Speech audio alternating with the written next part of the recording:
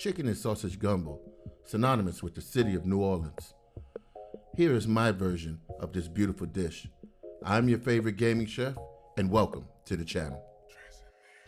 So to begin, we get our mise en place, which would be all our ingredients together, which we call, well, not we, but as the New Orleans people call the Trinity, which would be onions, green pepper, and celery.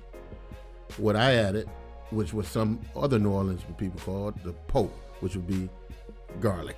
And we all love garlic. What I didn't show in the preview was the chicken.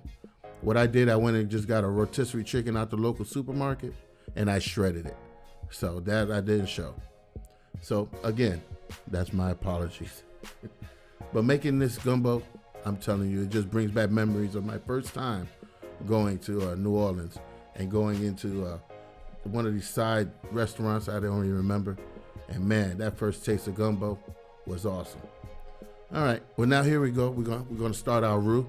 Now to let you know, as Jay is saying, if you never made a roux if you haven't burnt the roux. Okay, so you cannot, and I repeat, you cannot leave once you start your roux. Okay, because if you do, you're gonna wind up probably scorching it. You got to start all over. All right. So what I do, I have here is equal parts oil and equal parts flour. Okay, I heated up the oil first, and then I threw in the flour. And as you see, I am stirring, and we're gonna keep stirring, and we're gonna keep stirring. You know, by now I've been doing it so long, I could do it in about maybe 10, 15 minutes to make a dark roux. But you as a beginner, well, I would say it was gonna take about at least a good 30, 40 minutes to have a nice dark roux. Okay, and you see as this color here, it's all peanut butter, almost like a little chocolate. I should say not peanut butter, but chocolate. All right, once you get to that level, at least as dark as you want it, and that's how I like it, really dark. I added the Trinity.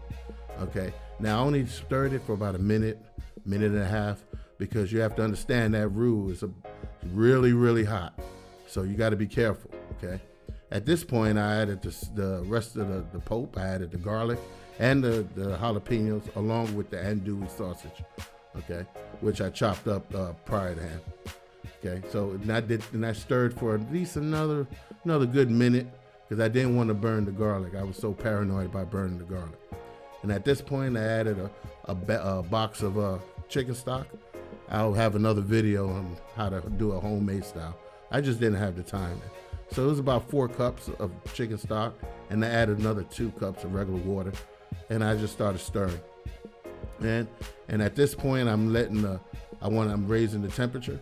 And so at this point, I added my seasoning. I added about a tablespoon of Cajun seasoning, about half a tablespoon of garlic, about 4 bay leaves, and a little pepper. At least I hope I put the pepper in. All right, and then I just stirred, and I brought it to a boil. Once you bring it to a boil, you lower the temperature down to a simmer, and you cover. Okay, and you just let it go. But then I forgot. Oh, I gotta add the chicken. I was so rushing to get the. I was in such a rush to get the gumbo going. I forgot one of the main ingredients. So I dumped that back in, and again, I waited for the temperature to rise, or the water to start boiling, and I lowered it down to a simmer. Covered it, and for about a good hour and a half, I was ready to plate. And you can't serve a gumbo without some good rice. And I tell you what, once I poured this rice in here, and I poured that gumbo on top of it, whew, I took a couple of bites of that, and I tell you what, I just saw me back on Bourbon Street. Well, I hope you enjoyed this video, and again, press the like button, subscribe, and I'll see you back on the stream.